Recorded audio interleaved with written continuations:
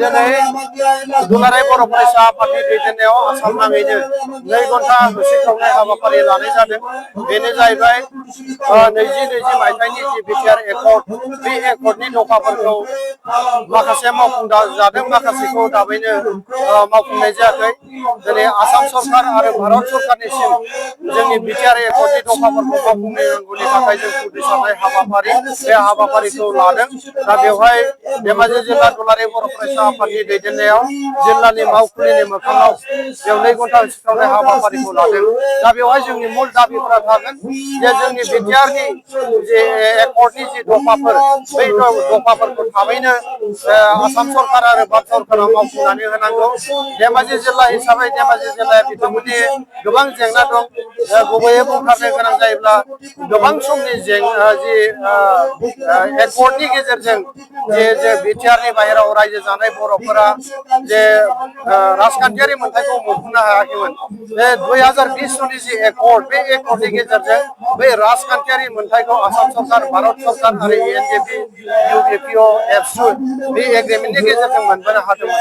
दा बेवहायबो बर' कसारि welfare autonomous council, दा बे काउन्सिलनि जि गामि सोसननाय, दानख'नाय, बेखौ दिनैसिमबो आसाम सरकार एबा भारत सरकारा दाफुंनानै होआखै एबा मावफुंनानै होआखै। दा बेखौ जोङो दुलाराय बर' फरायसा आफादा दिनैनि होख्रावनायनि गेजेरजों गोख्रोङै जों दाबि दैखांहरदों जे जेरैखि जाया नैबे फैबाय थानाय मिसिं अट'नमास काउन्सिलनि जि सेप्तेम्बर, अक्ट'बराव इलेक्सन जानो गोनां, बे बिथांमोननि जि इलेक्सननि गेजेरजों, इलेक्सननि लोगो लोगोनो जोंनि बर' अट'नमास काउन्सिलनि जि इलेक्सन, बे इलेक्सनखौ बिथांमोना फाथिनानै होनांगौ आरो गोबांनो रां आरो अनसुंथाइखौ बिथांमोना जोंनि बर' अट'नमास काउन्सिलाव बिथांमोना हरनांगौ। दा बिथांमोननिसिम जों गोख्रों बेखौ दाबि दैखांहरदों। आरो बेजों लोगोसे जोंनि धेमाजि जिल्लायाव माखासे फरायसालिनि जेंनाया गैया नङा गोबां, बारानिफ्राय बारा जाबाय। जे जेंनाफोरा बेनो भेन्सार फरायसालिनि जेंना। दिनै भेन्सार फरायसालिफोरखौ बिथांमोना लागोन होनदोंमोन, दिनैसिमबो भेन्सार फरायसालिनि जि जेंना, बे जेंनाया जेंनायैनो जानानै थाबाय। दा बेनिखायनो दिनै आसाम सरकार आरो भारत सरकारनिसिम जोङो दाबि दैखांहरदों जेसेबांनाखि जोंनि बर' बिजोंनि भेन्सार फरायसालिफोर दं, बै भेन्सार एलपिनिफ्राय कलेजसिम बे भेन्सार फरायसालिनि जि फोरोंगिरिनि जेंना, बे फोरोंगिरिनि जेंनाखौ जेरैखि जाया थाबैनो जोंनो सुस्रांनानै होनांगौ।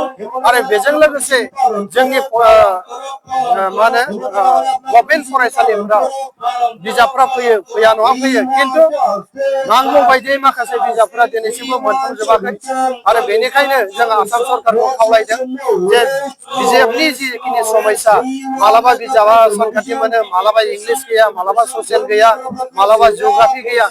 दा बेनिखायनो जेसेबांनाखि जोंनो बिजाब नांगौ, बै बिजाबफोरखौ आसाम सरकारा थाबैनो जेरावखि जाया अल आसामाव जेसेबांनाखि जोंनि बर' बिजोंनि फरायसालिफोर दं, बैफ्राव बिजाबखौ थाबैनो साप्लाय होनांगौ। आरो जेरैखि जाया जोंनि बर' बिजोंखौ जोंनो गाज्रि नोजोरजों नायनायखौ बन्द' खालामनो थाखाय जोङो खावलायदों। आरो बेजों लोगोसे जोंनि एनडिएफबि बिदा फंबायफोरा दिनैसिमबो केसनि भुगिनांगासिनो दङ, माखासे जेलाव दङ, माखासे गब्लाबो दिनै केसाव खारथिंबाय थानांगौ गोनां जादों। दा बेनिखायनो जोङो आसाम सरकार आरो भारत सरकारखौ जों खावलायगोन दिनै नैबे होख्रावनायनि गेजेरजों जे जोंनि एनडिएफबि बिदा फंबायमोनखौ जेरैखि जाया बिथांमोनखौ जेलनिफ्राय हगारबाय, हगारनाय लोगो लोगो बिथांमोननि केसा जोबनांगौ आरो फासि जायखौ अर्डार होदों बिथांमोनखौ फासिनिफ्राय रेहाय होनानै बिथांमोनखौबो खुला माने अख्राङाव अपेन माबायाव जोङो हगारनांगौ। बयबो माने दिनै एकर्डनि नामाव जेल जानांनायखौ जों दुलाराय बर' फरायसा आफाद हिसाबै जोङो खुनु पयथे जोङो हजम खालामनाय नङा आरो जों सैज्य खालामनानै थानाय नङा।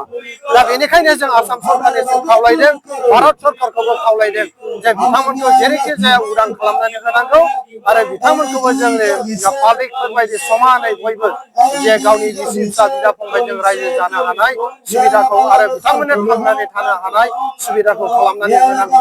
बेखिनिखौ जोङो दिनै आसाम सरकारनिसिम दाबि दैखांहरदों। आरो बेजों लोगोसे जोंनि सनितपुर आरो बिश्वनाथनि जि जेंना, गामि सोसननाय बिटिआरआव सोनांगौनि जेंना, बे जेंनायाबो दिनै दाबो समाधान जायाखै। बेखौ जों थाबैनो आसाम सरकार आरो भारत सरकारा जोंनो दाफुंनानै होनांगौ, सोसननांगौ आरो बेजों लोगोसे जे कार्बि आलंनि जेंना जे जोंनि बर'फोर कार्बि आलं रायजो जानाय बर'फोरा माखासे भुगिनानै थानांनाय जेंना बे कार्बि आलंनि बर'फोरनि जेसेबां समस्या दं बे समस्याखौ आसाम सरकार आरो भारत सरकारा नैबे पार्लियामेन्ट सेसनाव थाबैनो बे जोंनि बर'नि जेसेबां जेंनाफोर दं बे जेंनाफोरखौ थाबैनो सुस्रांनांगौनि थाखाय जोङो दिनै दाबि दैखांदों।